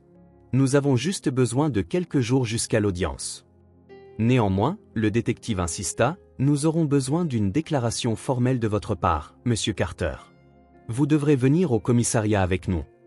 Logan hocha la tête, résigné, ayant anticipé cette éventualité. Et pour Ellie, demanda-t-il, inquiet. Sa travailleuse sociale arrive, elle va parler avec elle pour déterminer la meilleure mesure temporaire, répondit le détective. Au même moment, Ellie se leva du canapé et se jeta vers Logan, s'accrochant à sa jambe. Je ne veux pas y aller, dit-elle, les larmes commençant à perler dans ses yeux. S'il vous plaît, ne les laissez pas me ramener chez Roy. Logan se mit à genoux pour être à sa hauteur. Personne ne te ramènera chez Roy, Ellie. Je te le promets. Ces officiers font simplement leur travail pour s'assurer que tu es en sécurité, mais tu es en sécurité avec moi. La fillette, la voix brisée par les sanglots, acquiesça. Le détective et l'officier échangèrent un regard, visiblement touchés par la scène. Voici ce que nous pouvons faire, dit doucement le détective. Pour l'instant, la fillette peut rester ici avec l'avocate pendant que Monsieur Carter vient avec nous pour donner sa déposition. La travailleuse sociale évaluera la situation dès son arrivée. Logan hocha la tête, reconnaissant pour ce petit compromis. Il expliqua à Ellie qu'il devait s'absenter quelques heures, mais que Rachel resterait auprès d'elle et qu'il reviendrait bientôt. « Promets-moi, Ellie » demanda-t-elle entre deux sanglots. « Je te le promets » répondit-il, lui donnant un bref câlin avant de se lever. Pendant ce temps, Rachel organisa les documents pour la travailleuse sociale qui devait arriver. L'atmosphère était tendue mais contrôlée. La sonnette retentit une troisième fois dans la soirée. C'était la travailleuse sociale, une femme d'âge moyen au regard sévère mais bienveillant. « Mademoiselle Patel », se présenta-t-elle, « je suis ici pour évaluer la situation de la mineure Ellie Simmons. » Après une brève conversation avec Rachel, la travailleuse sociale demanda à parler seule avec Ellie. Logan hésita, mais Rachel fit signe qu'il valait mieux coopérer. Avant de partir avec l'officier, il dit un dernier au revoir à Ellie en lui offrant un sourire rassurant. « Tout ira bien », murmura-t-il. Au commissariat, Logan répondit patiemment et honnêtement aux questions. Il décrivit en détail comment il avait trouvé Ellie, sa visite à l'appartement de Roy, et la décision impulsive de l'emmener. « Je sais que je n'ai pas suivi les procédures correctes, » admit-il, mais à ce moment-là, tout ce à quoi je pouvais penser, c'était sa sécurité. L'interrogatoire dura près de 2 heures. À la fin, Logan se sentit épuisé émotionnellement mais résolu. En sortant de la salle d'interrogatoire, il trouva Rachel dans le couloir. « Comment cela s'est-il passé » demanda-t-elle. « Aussi bien que possible, je pense. Et qu'en est-il d'Ellie » La travailleuse sociale vient de finir de l'interroger, répondit Rachel. Logan ne put s'imaginer ce qui allait se passer. Avant que Rachel ne puisse en dire davantage, Mademoiselle Patel s'approcha d'eux, accompagnée d'Ellie qui courut immédiatement vers Logan en l'embrassant autour des jambes. « Monsieur Carter », commença la travailleuse sociale, « j'ai eu une longue discussion avec Ellie. C'est une fillette très vive et articulée pour son âge. » Logan posa une main protectrice sur l'épaule d'Ellie. Habituellement, dans des situations comme celle-ci, l'enfant serait placé temporairement en famille d'accueil pendant que la garde est réglée. poursuivit-elle, mais compte tenu des circonstances et du lien évident entre vous deux, je recommande qu'Ellie reste sous votre garde jusqu'à l'audience. Je vous remercie, dit-il sincèrement, surpris et ému. Qu'est-ce qui vous a convaincu? La travailleuse sociale sourit doucement à Ellie. Quelque chose qu'elle m'a dit pendant notre conversation. Quand je lui ai demandé ce qui s'était passé le jour où vous l'avez prise, elle m'a répondu très sincèrement, je lui ai demandé de m'emmener avec lui. Ensuite, elle a expliqué comment vous la traitiez bien, comment elle avait enfin de vrais repas et qu'elle n'avait plus peur. En toutes mes années de service, je n'ai que rarement vu un enfant défendre un adulte avec autant de conviction.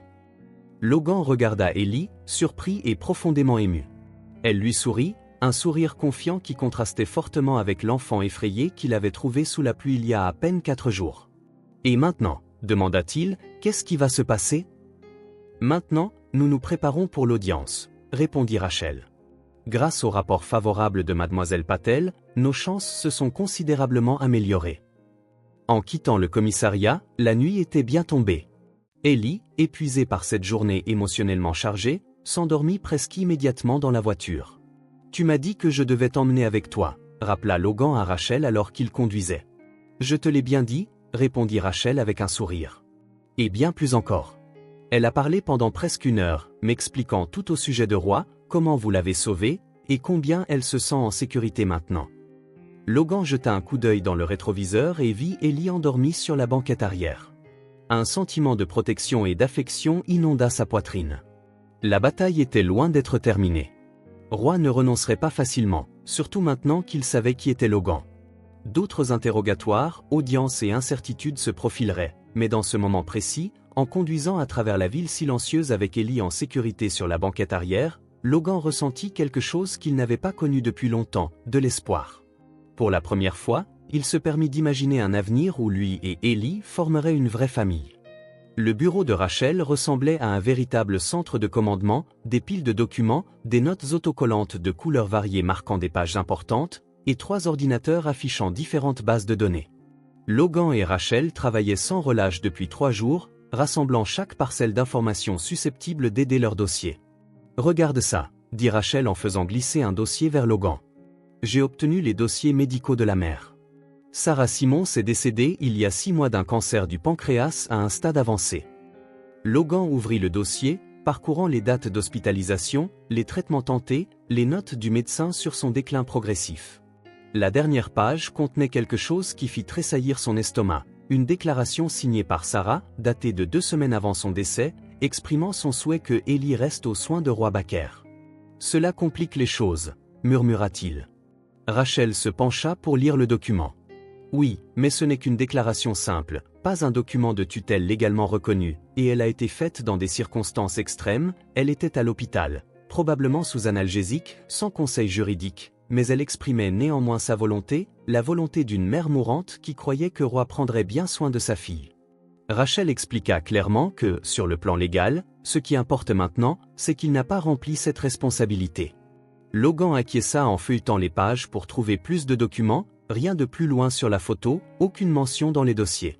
L'acte de naissance d'Ellie indique « père inconnu », ce qui, au moins, simplifiait un aspect. Il n'y avait aucun autre adulte détenteur de droits parentaux susceptible de contester leur demande de garde. « Et Roy » demanda Logan. « Qu'est-ce qu'on a sur lui ?» Rachel attrapa un autre dossier, plus épais. « Voici ce que mon enquêteur a découvert. Roy Baker, 46 ans, historique d'emploi précaire principalement dans la construction, 3 arrestations pour ivresse sur la voie publique et troubles à l'ordre public au cours des 2 dernières années, une accusation d'agression qui a été abandonnée, la victime a refusé de porter plainte, probablement par peur. Rien ne concerne spécifiquement les enfants, non. Mais cela n'affaiblit pas notre position. Son comportement instable, son alcoolisme, son incapacité à garder un emploi, tout cela était notre argument selon lequel il n'est pas apte à élever un enfant. Logan parcourut les documents, photos d'identité judiciaire, relevés d'emploi qui ne duraient rarement plus de quelques mois. Un portrait d'un homme errant, entraînant dans son chaos tous ceux qui l'entouraient. « Et les rapports médicaux d'Ellie » demanda Logan. Rachel poussa un 3e dossier vers lui. Le docteur Martinez a été méticuleuse. Elle a consigné chaque ecchymose, noté des signes de malnutrition légère et a constaté que les vaccins d'Ellie n'étaient pas à jour depuis l'année dernière. Tout ça depuis la mort de sa mère, dit Logan, sentant la colère familière monter. Exactement.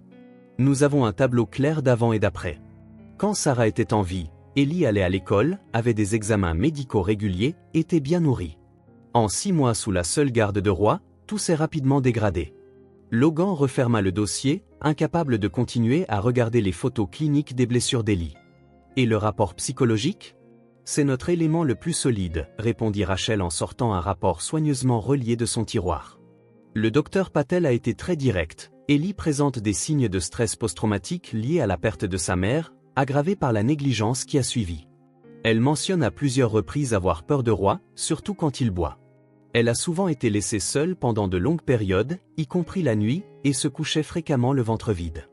Logan sentit le poids de ces mots, imaginer Ellie seule dans cette situation, sans personne pour la protéger, lui serra le cœur. Le docteur Patel a également noté, poursuivit Rachel, une nette amélioration du comportement et de l'état émotionnel d'Ellie depuis qu'elle est avec toi. Elle communique davantage, sourit plus souvent, présente moins de signes d'anxiété. Cela soutient fortement notre dossier. Quel est notre calendrier ? L'audience préliminaire aura lieu dans 3 jours. Si tout se passe bien, nous obtiendrons la garde temporaire pour 6 mois, le temps de bâtir un dossier pour la garde permanente. Logan hocha la tête, passant une main dans ses cheveux dans un geste d'épuisement. Il avait peu dormi ces derniers jours, jonglant entre son travail avec Rachel et les soins à Ellie. Étonnamment, sa vieille routine ordonnée et solitaire ne lui manquait pas. Logan, dit Rachel en refermant les dossiers, tout va bien se passer. Nous avons un dossier solide, Roy n'a pas les ressources nécessaires pour se payer un bon avocat. Même s'il en trouvait un, les faits jouent contre lui. J'espère que tu as raison. Je le suis, répondit-elle avec un sourire assuré. Maintenant, rentre chez toi, Ellie doit t'attendre. Il regarda sa montre, la soirée approchait. La babysitter recommandée par Rachel était avec Ellie depuis le matin. Un autre changement dans sa vie qu'il n'aurait pas imaginé faire quelques semaines plus tôt. Merci, Rachel. Pour tout. Ne me remercie pas tout de suite. Remercie-moi quand nous aurons gagné. De retour chez lui, Logan trouva Ellie et Madame Chen, la babysitter, en train de peindre à la table de la cuisine. La scène était si familière, si domestique, à des années-lumière de l'ordre solitaire auquel il rentrait auparavant, qu'il resta un moment sur le pas de la porte à les observer en silence. « Monsieur Carter » lança Madame Chen en le remarquant. « Bienvenue. On a passé une journée productive. » Ellie leva la tête, un immense sourire éclairant son visage en le voyant. « Logan, regarde ce que j'ai fait. » Elle lui montra une peinture colorée, 3 personnes se tenant la main sous un ciel bleu. Logan se reconnut immédiatement à droite, dans un costume standard, Ellie au milieu dans une robe rose, et à gauche une silhouette féminine avec un halo doré au-dessus de sa tête. « C'est ma maman », expliqua Ellie en désignant la silhouette auréolée. « Elle nous regarde depuis le ciel. » Logan sentit sa poitrine se serrer. « C'est un très beau dessin, Ellie. » Madame Chen sourit en commençant à ranger la peinture. Elle a un vrai talent pour l'art. Vous devriez envisager de l'inscrire à des cours. C'est une bonne idée, approuva Logan, posant le dessin sur le réfrigérateur à côté de plusieurs autres qu'Ellie avait fait ces derniers jours. Comment s'est passé le reste de la journée ? Super. On a pris le petit déjeuner, on est allé au parc, on a pratiqué la lecture, déjeuné, fait un peu de mathématiques, puis de la peinture. C'est une élève formidable. Logan paya Madame Chen et l'accompagna à la porte. Lorsqu'il revint, Ellie était en train de sortir des assiettes d'un placard bas. « Qu'est-ce que tu fais ? » « Je prépare la table pour le dîner, répondit-elle sérieusement. « Madame Chen a dit que tu apporterais à manger. » Logan sourit. « En effet. J'ai commandé chinois, ça ne devrait pas tarder. J'adore le chow mein. Je sais, c'est pourquoi je l'ai commandé. » En attendant la livraison, Logan aida Ellie à terminer de mettre la table. C'était un rituel simple qu'ils avaient développé ces derniers jours, disposer les assiettes, les couverts et les serviettes. Ellie insistait pour aider, fière de participer à la routine domestique. Quand la nourriture arriva, ils s'assirent pour manger et Ellie raconta avec enthousiasme sa journée au parc, les canards qu'elle avait vus, les lettres qu'elle apprenait. Logan l'écouta, lui posa des questions et rit de ses remarques d'enfant, à la fois simples et pleines de perspicacité. À un moment donné, en observant Ellie tenter vainement de saisir un morceau de poulet avec des baguettes, bataille perdue qui se termina avec une fourchette. Logan se rendit compte de quelque chose d'étonnant, il était heureux. Vraiment heureux, d'une façon qu'il n'avait pas ressentie depuis des années, peut-être des décennies. Après le dîner et la séance de lecture du soir, désormais partie intégrante de leur routine, Logan mit Ellie au lit. Les premiers jours, elle dormait encore sur le canapé, mais il était vite devenu évident qu'elle avait besoin de son propre espace. Logan avait rapidement converti la chambre d'Amy, autrefois un bureau improvisé, en chambre pour Ellie. Les murs restaient beiges, mais il lui avait promis qu'ils les peindrait ensemble dans la couleur de son choix. Logan appela Ellie alors qu'il s'apprêtait à quitter la pièce après le baiser de bonne nuit. « Oui ? Est-ce que je devrais encore retourner chez Roy ?» La question le désarma, même s'il savait qu'elle occupait toujours son esprit. « Non, Ellie.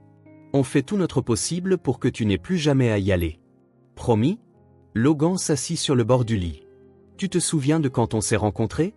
Qu'est-ce que je t'ai promis ? Que tu ne me renverrais pas là-bas. » « Exactement.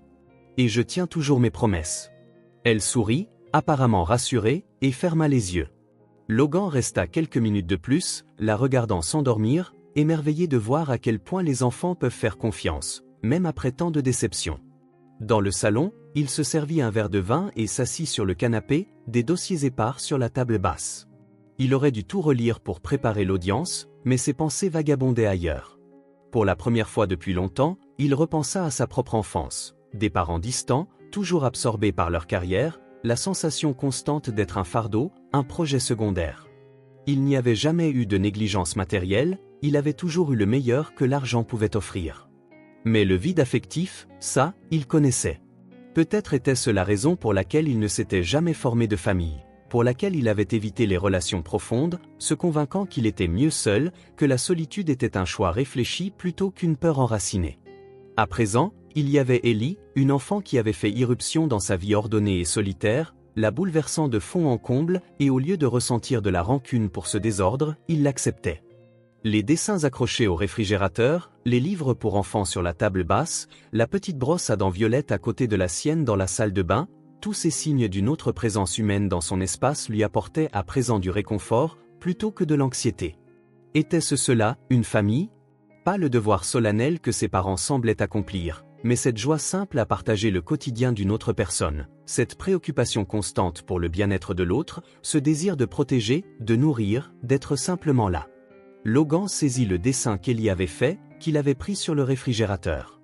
Dans ses mains, on voyait 3 silhouettes se tenant la main, une famille improvisée née du hasard et du courage, forgée sous la pluie et le désespoir de 2 âmes qui s'étaient reconnues, comprenant qu'elles avaient besoin l'une de l'autre.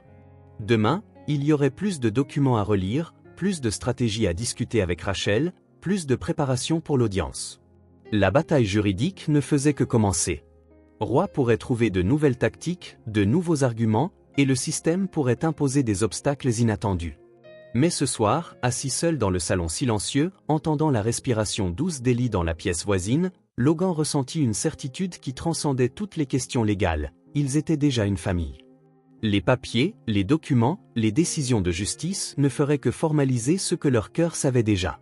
Pour la première fois, le mot « famille » ne l'effrayait plus, au contraire, il y voyait la réponse à une question qu'il ignorait s'être posée toute sa vie.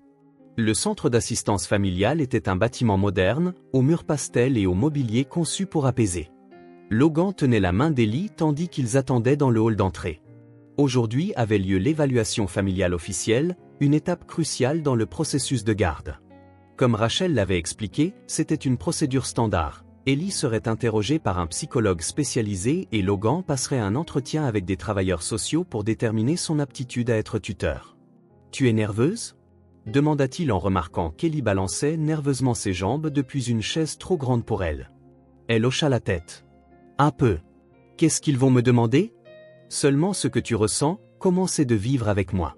Tu n'as rien à craindre, dis simplement la vérité. » Ellie serra un peu plus fort sa main. « Et s'ils ne me croient pas ? Ils te croiront. Les adultes voient généralement quand les enfants sont sincères. » Une porte s'ouvrit et une femme d'âge moyen tenant une tablette apparut. « Ellie Simmons ? Je suis le docteur Foster. Tu viens avec moi ?» Ellie jeta un regard à Logan pour être rassurée. Il lui sourit d'un air encourageant. « Ça va aller vite, lui promit-il. Je t'attendrai juste ici. » À contre-cœur, Ellie lâcha sa main et suivit la psychologue dans une autre pièce.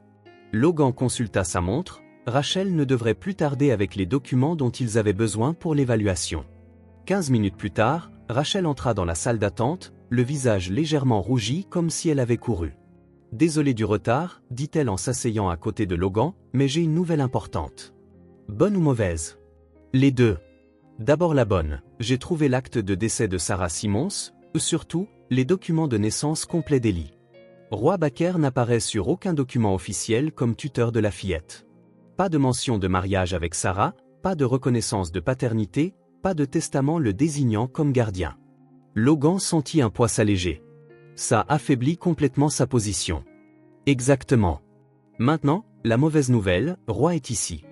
Comment a-t-il su pour cette évaluation? Les audiences au tribunal de la famille sont publiques, Logan, et les procédures de garde sont accessibles. N'importe qui, en particulier une personne concernée, peut obtenir ces informations. La porte de la réception s'ouvrit comme pour confirmer ses dires, et Roy Baker entra.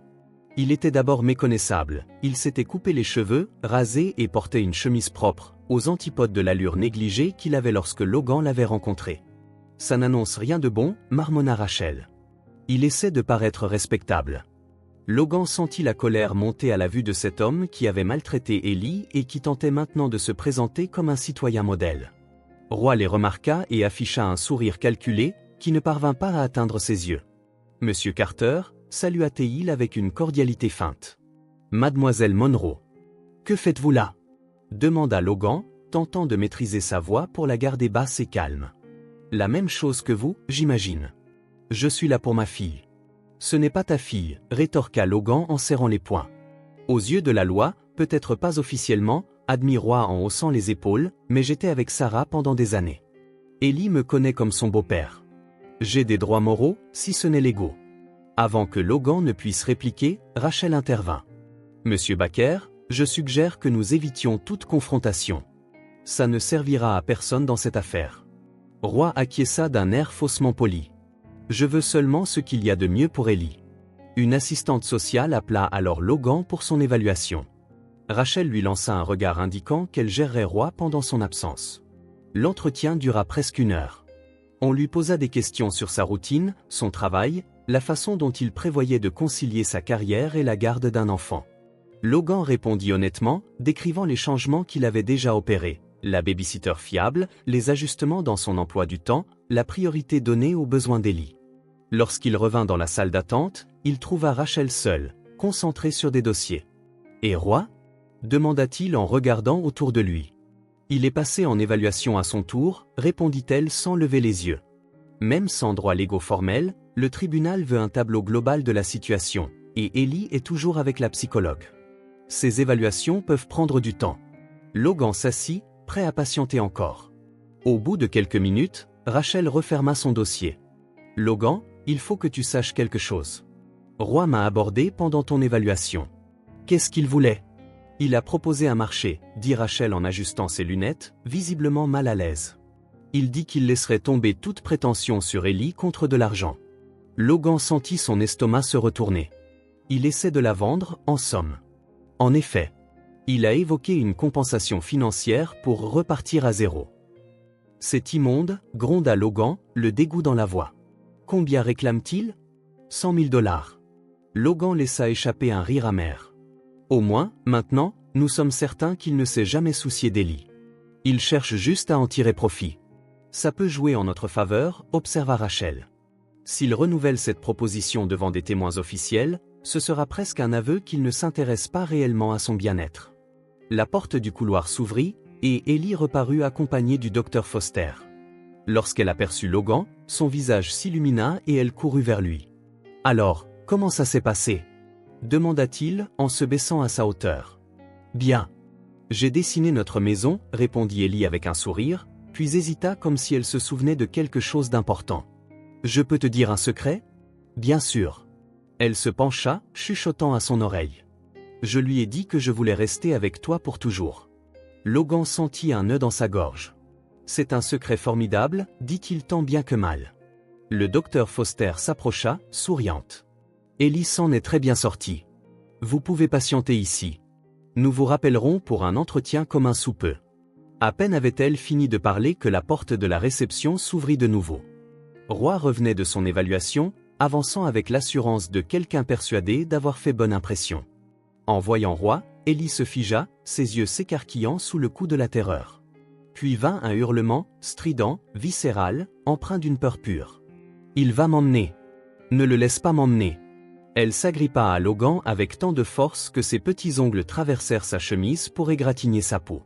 Son corps tremblait violemment, des larmes ruisselant sur son visage. « Je ne veux pas y retourner. S'il te plaît, s'il te plaît. » Sa réaction était si intense, si authentiquement effrayée, que tout le monde dans la pièce se figea. La réceptionniste se leva, alarmée. Le docteur Foster se précipita, et une autre assistante sociale apparut, attirée par les cris. Logan serra Ellie dans ses bras pour la rassurer. « Chut, ça va, je suis là. Tu ne repartiras pas avec lui, je te l'ai promis, tu te souviens ?» Mais Ellie était au-delà de toute raison.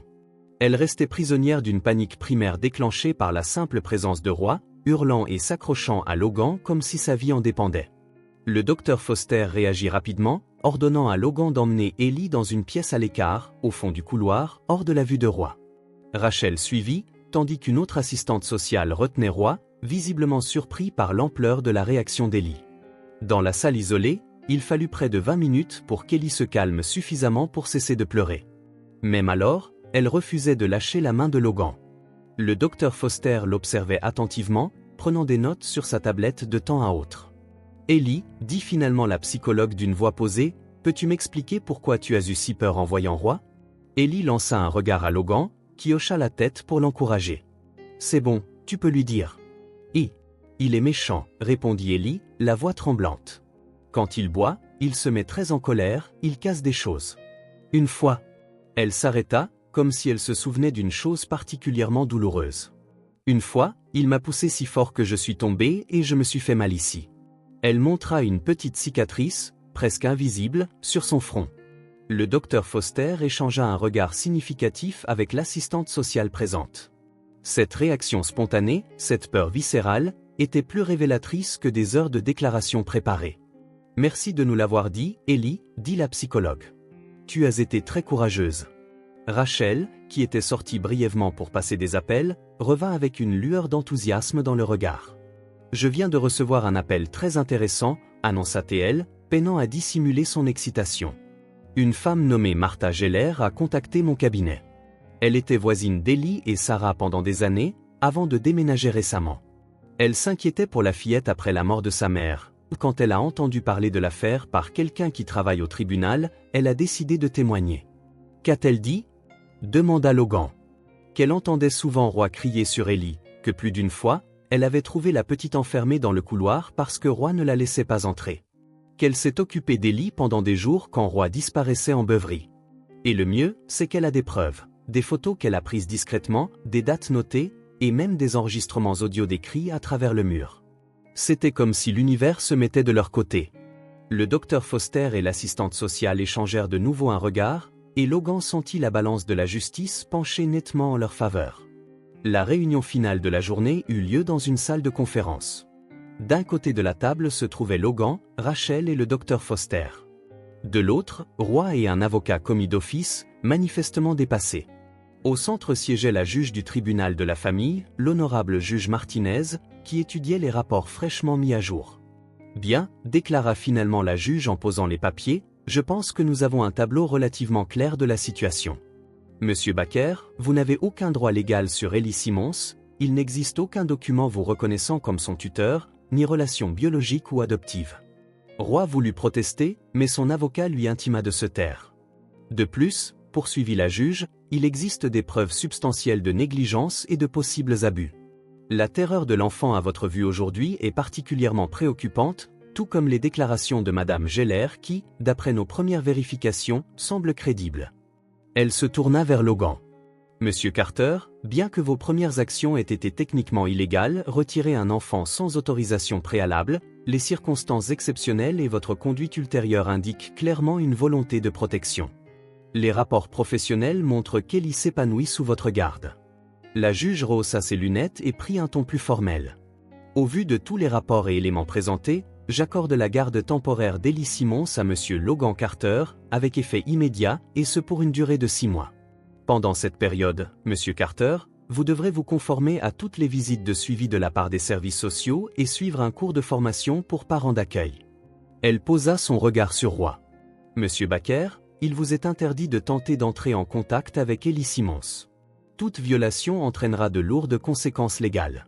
Je vous conseille également vivement de chercher de l'aide pour votre problème d'alcool. Furieux, Roy se leva brusquement, le visage rouge de colère. C'est ridicule. C'était ma responsabilité. Asseyez-vous, monsieur Baker, ordonna la juge d'un ton ferme. Votre comportement ne fait que confirmer les inquiétudes soulevées dans ces rapports. Continuez, et je vous fais expulser. À contre-cœur, Roy se rassit, marmonnant des insultes. Une audience pour évaluer la garde définitive se tiendra dans 6 mois, conclut la juge. L'audience est levée. En sortant du centre, dans le parking, Logan s'agenouilla devant Ellie, qui paraissait épuisée par cette journée émotionnellement éprouvante. Tu as entendu la juge, n'est-ce pas? Tu restes avec moi. Personne ne t'emmènera plus. Ellie hocha la tête, tremblant encore un peu après l'affrontement, puis, de manière inattendue, elle passa ses bras autour du cou de Logan et le serra contre elle. Merci de t'être battu pour moi, murmura-t-elle à son oreille. Personne ne l'avait jamais fait avant. Quelque chose se brisa en Logan, peut-être la dernière barrière de protection qu'il avait dressée autour de ses émotions. Il sentit les larmes lui monter, des larmes qu'il n'avait pas laissées couler depuis l'enfance. Il ne chercha pas à les retenir, les laissant glisser librement tandis qu'il enlaçait cette petite personne qui était devenue, en si peu de temps, le centre de son monde. « Je me battrai toujours pour toi, Ellie », promit-il, la voix tremblante. « Toujours. » Rachel observait à quelques pas, essuyant discrètement ses propres larmes. Lorsqu'elle s'approcha enfin, son sourire était à la fois tendre et franc. « Félicitations à vous deux, dit-elle. La bataille n'est pas complètement terminée, mais nous avons franchi un grand pas aujourd'hui. » Logan se releva, tenant toujours la main d'Ellie. Il était momentanément sans voix, submergé par l'émotion. Il trouva finalement le moyen de s'exprimer. « Merci, Rachel. Je ne sauve pas seulement sa vie, elle sauve aussi la mienne. » Le soleil se couchait dans le ciel de Boston, teintant l'horizon de nuances d'orange et de rose. Une nouvelle phase commençait pour Ellie, pour Logan, pour cette famille improbable formée par hasard et unie par choix. Des défis les attendaient, mais à cet instant, se tenant la main en rejoignant la voiture, rien n'importait plus que leur présence mutuelle. Et pour l'heure, c'était amplement suffisant. Le tribunal de la famille était particulièrement bondé. Logan ajusta nerveusement sa cravate tandis qu'Ellie, assise à côté de lui, balançait ses jambes qui ne touchaient pas le sol. Sa robe bleu marine avait été choisie spécialement pour l'occasion, et un diadème étoilé agrémentait sa coiffure soigneusement arrangée. 6 mois s'étaient écoulés depuis que la garde provisoire avait été accordée, 6 mois de visites d'assistantes sociales, de cours pour parents d'accueil que Logan avait suivis assidûment, de rapports et d'évaluations. Mais aussi 6 mois d'histoire du soir, de dessins sur le réfrigérateur et de petites victoires quotidiennes qui avaient entièrement transformé leur vie. « Nerveux ?» demanda Rachel, assise près d'eux. « Je devrais l'être, non ?» répliqua Logan. « Tous les rapports sont positifs, Ellie se débrouille bien à l'école, mais quand même. » « C'est normal, le rassura Rachel.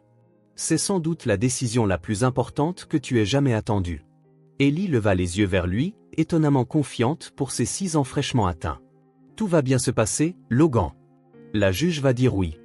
J'ai demandé aux étoiles hier soir. » Le greffier annonça l'arrivée de la juge Martinez, et tous se levèrent. Après les formules d'usage, la juge entama l'examen du dossier.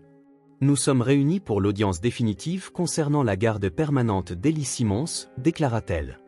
Au cours des 6 derniers mois, nous avons suivi de près l'arrangement temporaire accordé à M. Logan Carter. » Elle feuilleta les documents avant de poursuivre. « J'ai ici tous les rapports, et je dois dire qu'il est rare de voir des évaluations aussi unanimement positives. » Logan ne quittait pas la juge des yeux, tandis qu'elle citait des extraits des comptes rendus. Dans les notes de l'assistante sociale, je lis, je cite, « La transformation du bien-être d'Ellie est remarquable. Elle fait preuve de confiance et d'un lien sain avec son tuteur. Monsieur Carter a réorganisé toute sa vie pour donner la priorité aux besoins de l'enfant. » La juge leva les yeux, balayant l'assemblée du regard. Une chose ressort de tous ces rapports, le mot famille. Pas une famille traditionnelle, peut-être, mais une unité fondée sur le choix, l'engagement, et surtout, un amour sincère. Elle se tourna vers Ellie. « Ellie, veux-tu que Monsieur Carter soit ton tuteur permanent ?» Ellie se leva aussitôt. « Je veux qu'il soit mon papa, pas seulement mon tuteur. » Un léger murmure courut dans la salle. La juge sourit et se tourna vers Logan. « Monsieur Carter, êtes-vous conscient des responsabilités permanentes qu'implique cette garde ?» Logan se leva à son tour. « J'en ai parfaitement conscience, Madame la juge, et je ne désire rien de plus. » La juge hocha la tête, visiblement satisfaite. Ce tribunal accorde donc la garde permanente d'Ellie Simmons à Monsieur Logan Carter, avec tous les droits et obligations légaux. Elle frappa son marteau, et l'écho résonna dans la salle d'audience. J'ajouterai que Monsieur Rohrbacher se voit interdire définitivement tout contact avec la mineure Ellie Simmons. Ellie regarda Logan, les yeux brillants d'émotion. « C'est fini ? Tu es mon tuteur pour toujours ?» « Oui, répondit-il, la voix tremblant. Plus personne ne pourra nous séparer. » Sans prévenir, Ellie sauta de sa chaise dans les bras de Logan. « On a gagné !» s'exclama-t-elle, arrachant des sourires à toute l'assemblée. « Oui, on a gagné !» répéta Logan en la serrant contre lui, ignorant les larmes qui lui montaient aux yeux. Sur le chemin du retour, ils restèrent un moment silencieux, chacun absorbé par l'ampleur de ce changement définitif dans leur vie. Finalement, Ellie prit la parole. « Logan, maintenant, comment je dois t'appeler ?» Il se tourna vers elle, surpris. « Que veux-tu dire ?»« Eh bien, tu n'es plus seulement Logan, tu es mon tuteur permanent. Tu peux m'appeler comme tu le sens, répondit-il. Logan, si tu préfères.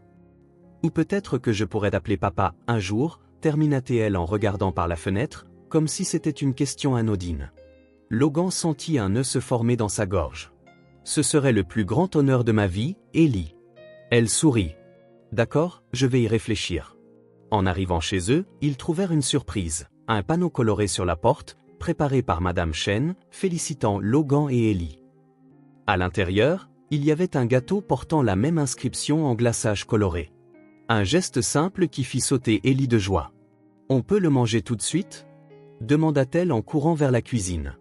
Logan rit. « C'est un jour spécial, alors je crois qu'on peut commencer par le dessert. » Ce soir-là, Ellie s'endormit rapidement, exténuée par le tumulte de la journée. Logan resta un moment dans sa chambre, la regardant dormir, submergé par l'idée que, désormais, elle était officiellement sa famille. Le lendemain matin, Logan fut réveillé par des bruits de casserole dans la cuisine. Saisi d'inquiétude, il se précipita pour voir ce qui se passait et trouva Ellie debout sur un tabouret, en train de mélanger un grand bol, de la farine partout. « Ellie, qu'est-ce que tu fabriques ?» Elle se retourna, tout sourire, le visage barbouillé de farine. « Je prépare des pancakes pour fêter ça. Mais je crois que j'ai mis trop de farine. » Logan observa la cuisine, transformée en champ de bataille blanc, et plutôt que de s'agacer, il s'amusa de la scène. « Je pense qu'il faut un peu plus de lait pour équilibrer, dit-il en attrapant un tablier. Ensemble, ils ajustèrent la pâte et commencèrent à faire cuire les pancakes. Certains tombèrent par terre, d'autres eurent des formes bizarres, mais quelques-uns étaient presque réussis. « Regarde, celui-là ressemble à un cœur !» s'exclama Ellie en désignant un pancake légèrement déformé. « Tu as raison, approuva Logan. C'est le plus beau. » Au moment de les manger, nappés d'une généreuse couche de sirop d'érable, Ellie regarda Logan avec sérieux. « Maintenant que je suis à toi pour toujours, est-ce que je pourrais apprendre à lire comme les grands de ma classe ?»« Bien sûr, répondit Logan. Tu progresses déjà bien à l'école, non ?» Elle fit une petite moue. « Oui, mais je veux lire des vrais livres, des gros livres sans images. » Logan sourit. « On va s'y mettre ensemble, un peu tous les jours. » Après le petit déjeuner, alors qu'il rangeait la cuisine, maintenant en désordre, Logan eut une idée. Et si on préparait un tableau des tâches, avec des temps réservés pour la lecture et le dessin? Les yeux d'Ellie s'illuminèrent. « Je peux le décorer ?»« Bien sûr, c'est ton tableau. » 1 heure plus tard, ils avaient improvisé un panneau en liège, Ellie ornant chaque section d'étoiles et de cœurs, tandis que Logan l'aidait à planifier la journée. « Je crois qu'on a besoin de plus de livres, dit-il en observant le tableau terminé. Et si on allait à la librairie cet après-midi ? Elle hocha la tête avec enthousiasme. Après le déjeuner, ils partirent pour la librairie, Ellie lui tenant fermement la main tout le long du trajet. Dans le rayon jeunesse, Logan la regarda examiner chaque couverture, feuilleter les pages avec une sorte de révérence. Ils ressortirent avec un sac rempli de livres, certains pour qu'Ellie apprenne à lire, d'autres pour que Logan les lui lise, et un dictionnaire illustré qu'elle jugeait essentiel pour quelqu'un qui veut tout apprendre. De retour à l'appartement, ils s'installèrent sur le canapé pour explorer leur butin. Logan proposa de commencer par l'arbre généreux, The Giving Tree. « Lis avec moi ?» demanda Ellie en s'installant près de lui. Logan commença la lecture, en montrant chaque mot du doigt. Par endroits, Ellie suivait, reconnaissant ceux qu'elle connaissait déjà. À d'autres moments, elle se contentait d'écouter, absorbée par les sons et le sens. Au fil de l'histoire, qui parlait d'un amour inconditionnel, Logan se sentit aussi captivé qu'Ellie, peut-être parce que cela reflétait, d'une certaine manière, sa propre trajectoire. Découvrir que laisser de la place à quelqu'un dans sa vie pouvait apporter une richesse insoupçonnée. Lorsqu'ils eurent fini, Ellie resta immobile, la tête posée contre l'épaule de Logan. Puis, presque en chuchotant, elle dit « Tu es mon refuge ». 4 mots simples qui frappèrent Logan comme une révélation. Il ferma les yeux un instant, accueillant cette déclaration comme un cadeau précieux, un cadeau qui s'accompagnait de la responsabilité d'être, pour cette petite personne, ce qu'il n'avait jamais eu lui-même, une présence constante, fiable et protectrice. « Et toi, tu es le mien », finit-il par répondre. Le lendemain matin, tandis qu'il préparait le petit déjeuner, une routine déjà chère à leur cœur, Ellie aida à mettre la table, puis s'arrêta brusquement pour fixer Logan avec sérieux. « Logan, dit-elle en s'asseyant, tu m'as sauvé, tu sais. Tu es mon vrai héros. » Il reposa ce qu'il était en train de faire, ému par sa sincérité. Il s'assit en face d'elle et prit ses petites mains. « Ellie, murmura-t-il, les yeux humides, tu m'as sauvé aussi. » Et c'était la vérité. Avant elle, sa vie n'était qu'une suite de jours prévisibles, confortables mais creux. Elle avait apporté le chaos, oui, des jouets qui traînaient, des taches de peinture sur les serviettes, mais aussi le rire résonnant dans des murs autrefois silencieux, des câlins spontanés qui faisaient tomber toutes les défenses, une raison de rentrer chez lui qui allait au-delà de la simple nécessité de se reposer. Ellie sourit, apparemment satisfaite de sa réponse. Avec la simplicité déconcertante dont seuls les enfants sont capables, elle se remit à placer les couverts, en fredonnant doucement. Logan l'observa, gravant cette scène dans sa mémoire. La veille, le tribunal avait officialisé ce que leur cœur savait déjà, ils étaient une famille, désormais. Pas par le sang, pas par obligation, mais par choix, par amour. Les rayons du soleil matinal illuminaient l'appartement, un lieu qu'il pouvait finalement appeler chez lui, un chez-soi bâti sur des promesses tenues, un courage partagé et de nouveaux départs qui, petit à petit, transformaient 2 vies brisées en une histoire de rédemption. Une histoire qui ne faisait que commencer,